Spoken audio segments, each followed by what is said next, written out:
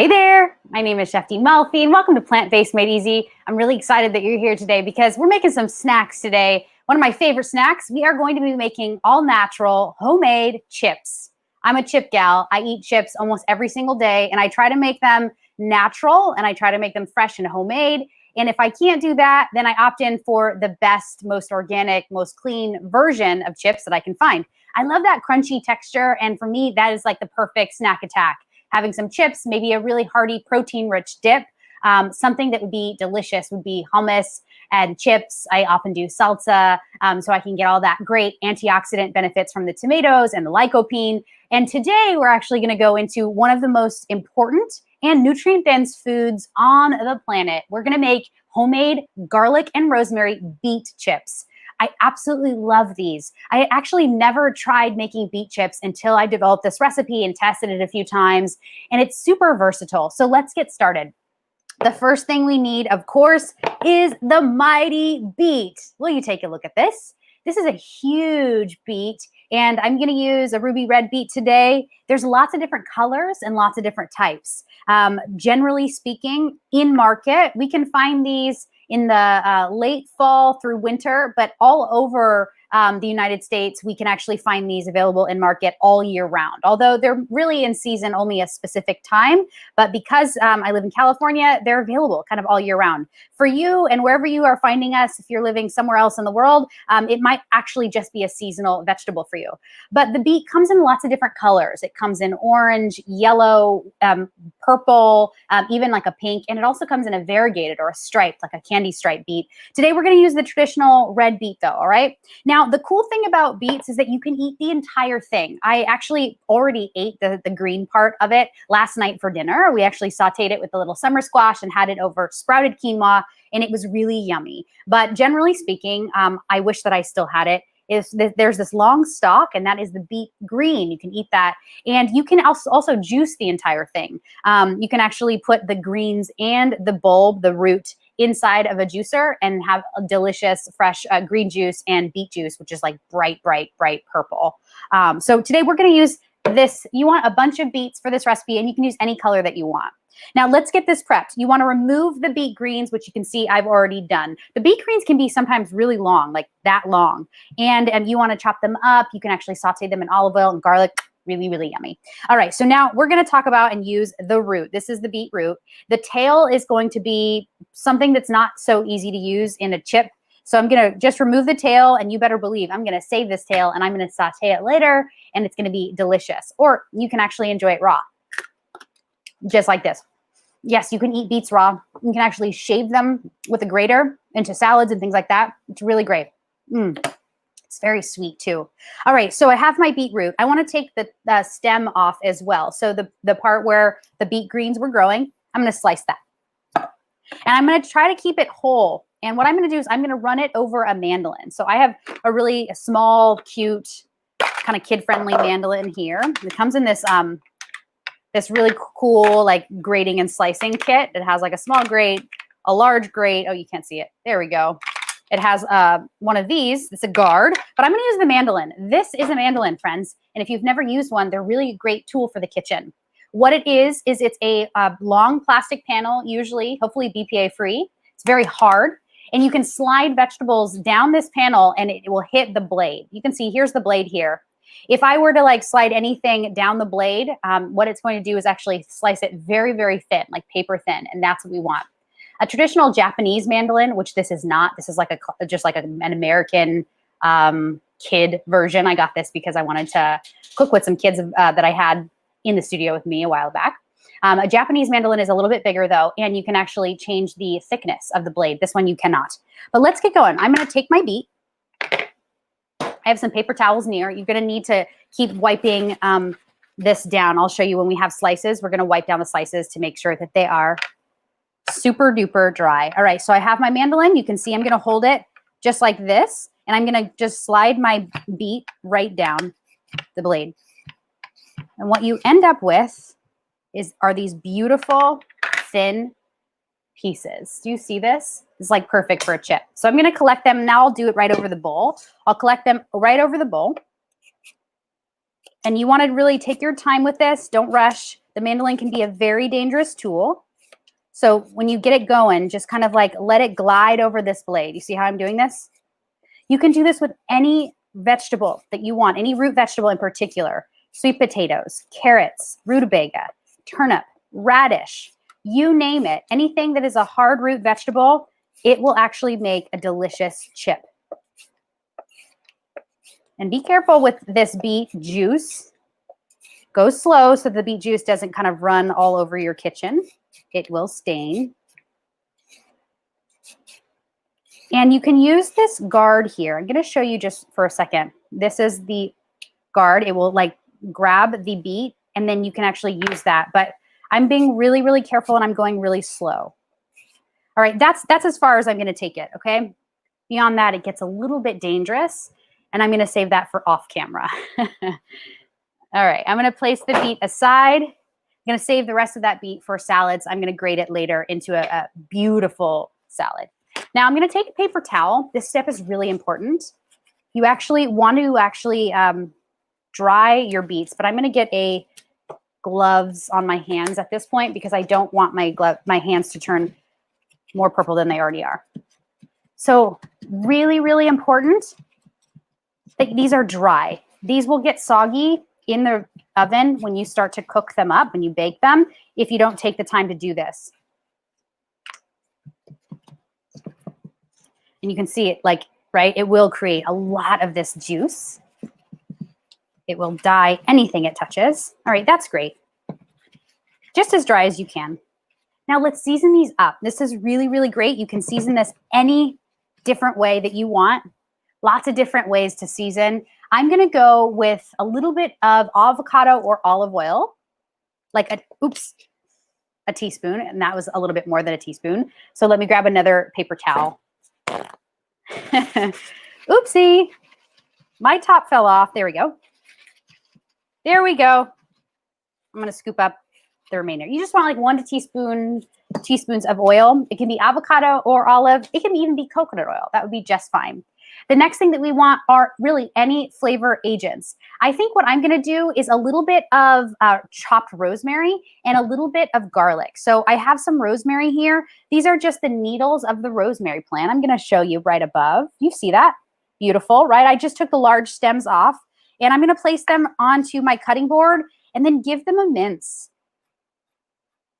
Rosemary needles are really good with beet chips. There's something about the sweetness of the beet and the delicious kind of like, I don't know what you would call it, floral, aromatic herbaceousness of the rosemary. Those are all great ways, I guess, great ways to describe the rosemary flavor. They go well with the sweet beets. But if you don't have rosemary on hand that's fresh, you could use dried.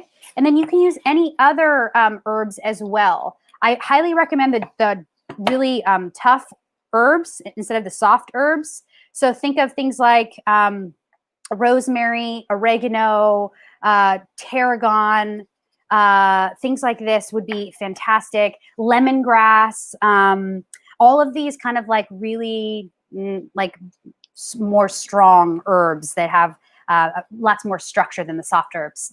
Basil really won't work. Cilantro, parsley won't work, but you can always get those in dried form and that would work just fine.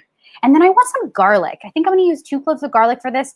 Here is what I want. Just take the 2 cloves out of the head of garlic and then give the garlic cloves a whack. You can use frozen garlic cubes for this. I've done that in the past. It works excellent.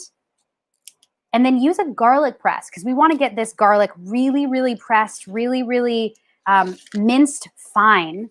It's very important, or else it's going to be too much garlic.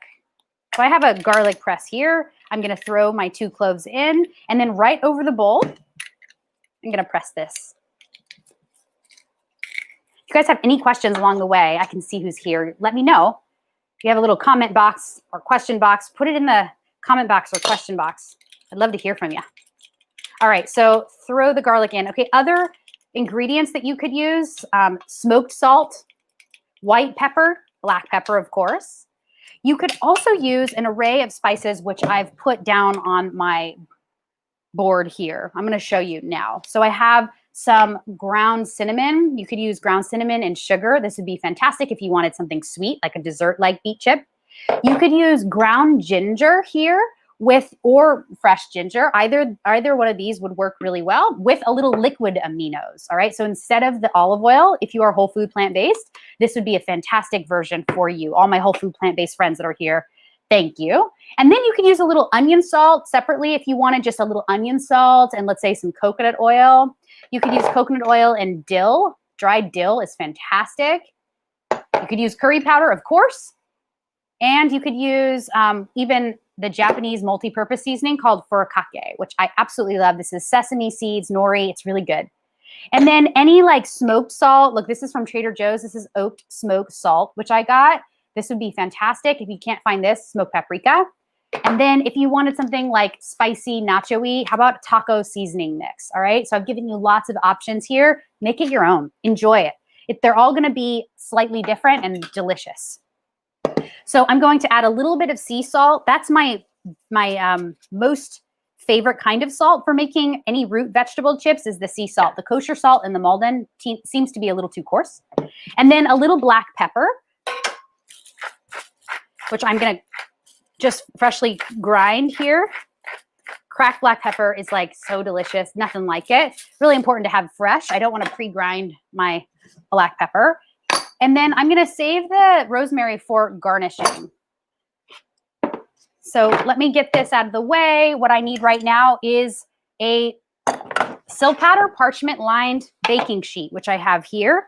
And yes, I did make a batch ahead of time because I wanted to make sure I could get it done and baked in the oven quickly for you. So right now is a good time. Preheat your oven to 375 degrees. And then let's mix these really well. So be careful and gentle because we've spent all that time with the mandolin, right? Making them super thin. And because they're very thin, they will tear rather easily. So make sure that when you're mixing these up, you're not like really in here and mixing it like you would massage kale or something like that. Take your time with it. Be gentle with it. And the goal is to just get a little bit of salt and a little bit of pepper on each piece of the beet chip. And you can really feel it. Kind of feels like, you know, sand on the beet chip. And it's really important that you feel kind of like that salt and pepper kind of like ground. You can feel it. You can feel like that ground seasoning on the chip itself. Perfect. Now I'm going to take my beet chips and I'm going to layer them right on my sheet pan. And I'm going to make sure that they're not touching. I'll lift it up so that you can see here in a second, but let me place them down first. Make sure they're not touching. Make sure, I want to use the whole ones because they're so beautiful. And the large ones.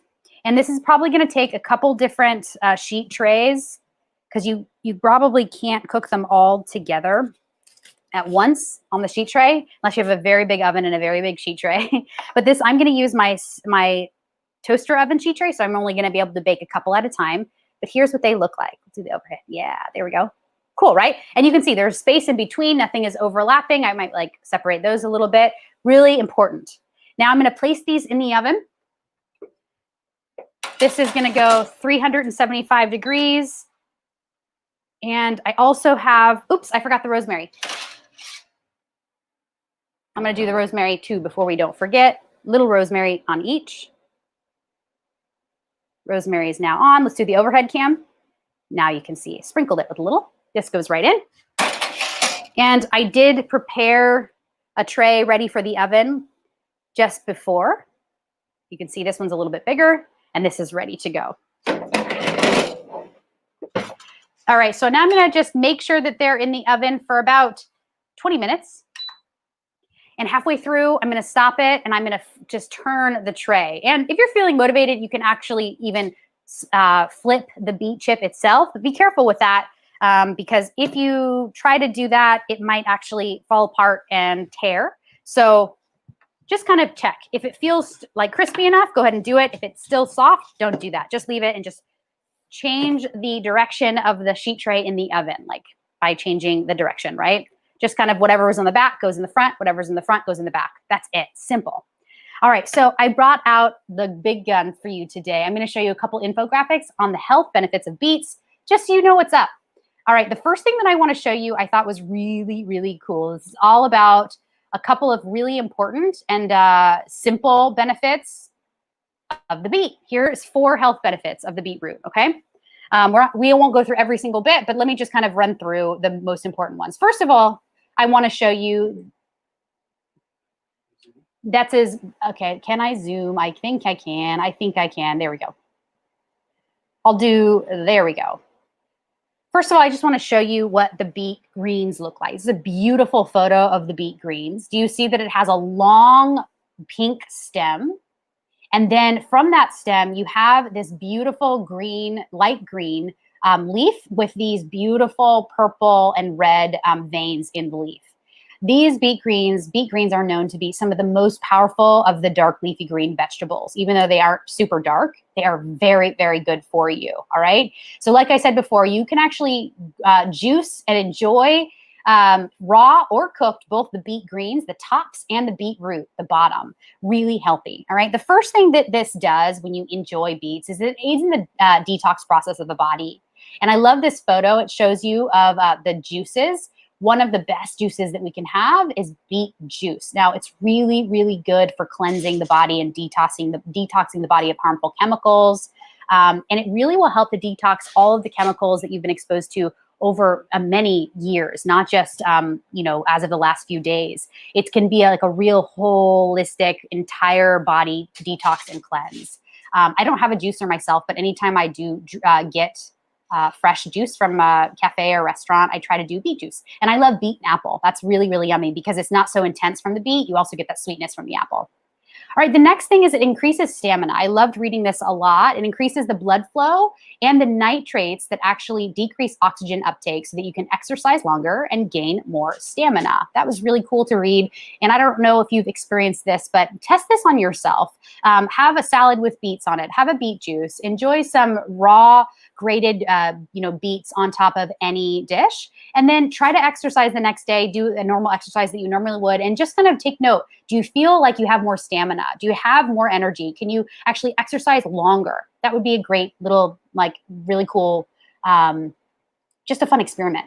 It will lower your cholesterol, which is great because it is a great source of soluble dietary fiber, and it improves cognitive function, which I really love.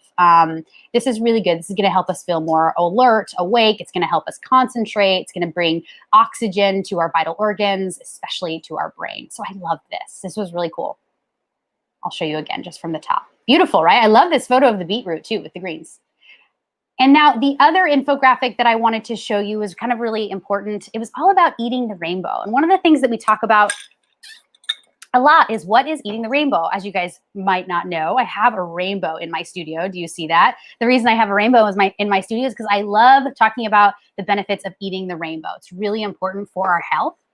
And let me show you a little graphic of what I mean. I'm going to share my screen once more.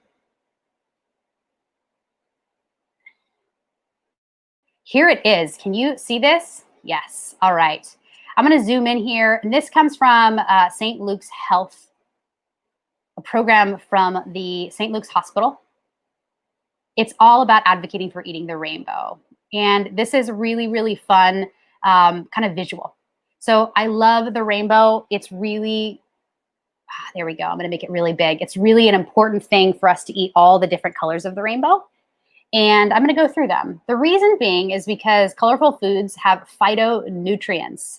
That is actually what gives food all of the healthy antioxidants. And so let's begin at the beginning. The white and beige foods, okay? This is found in garlic, mushroom, Jerusalem artichokes. It can protect against cell damage, prevents inflammation in the body, which we know is the root cause of all disease now. That's really all chronic disease. So that's really great. And then may protect against heart disease as well, which is the #1 chronic disease that people all over the world are dying from today. Coronavirus is not far behind, though. It goes then diabetes and then coronavirus, which is crazy to think about.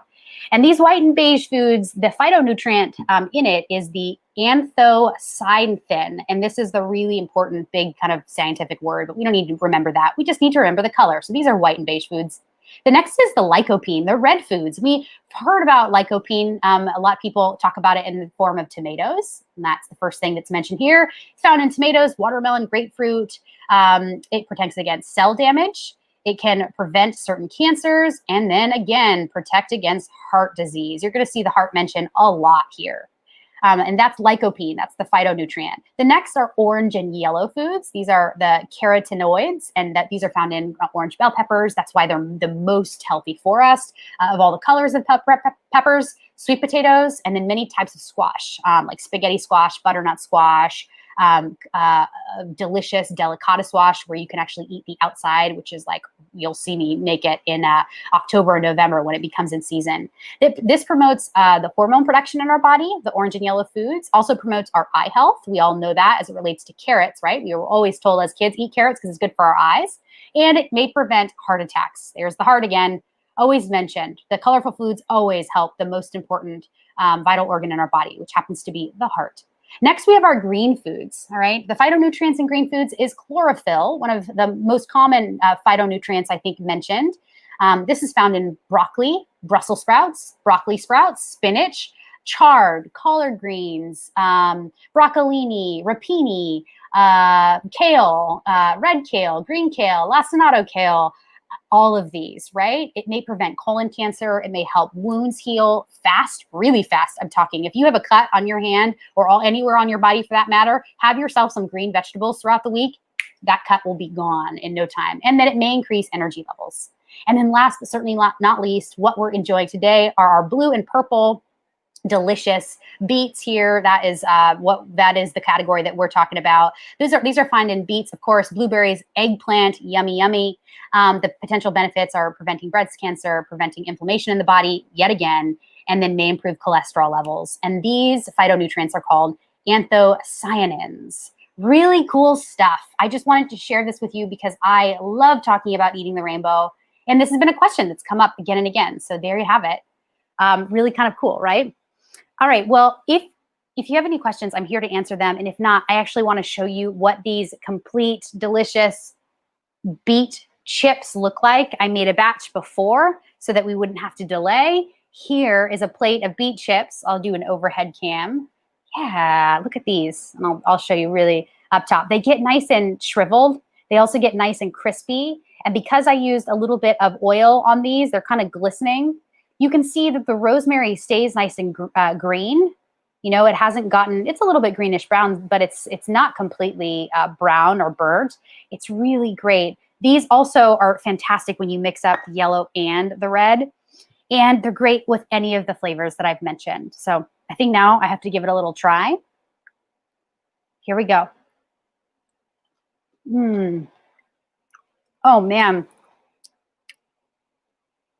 Sweet, crispy, rosemary-like. I can taste the garlic too. It's very savory, kind of has a round body flavor. These are really, really good. These are really best eaten right after they come out of the oven because they're warm and they're crispy still.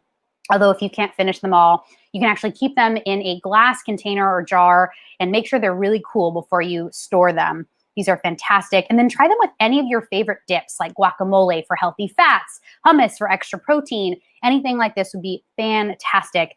I really hope that you try this recipe though. It's really fun to make and kids love the heck out of enjoying something like this, taking this and turning it into this.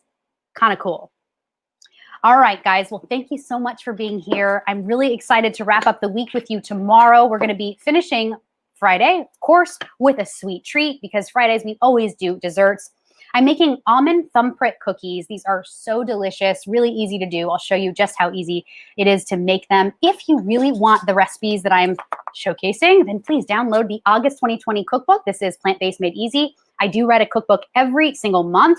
And I'm excited because I'm right in the process of writing my September cookbook right now. It's going to be amazing. But this is what we're working out of. If you want to follow along and if you want the written recipe for all of the recipes that I provide here at Plant-Based Made Easy inside of the show, you can download a copy for yourself.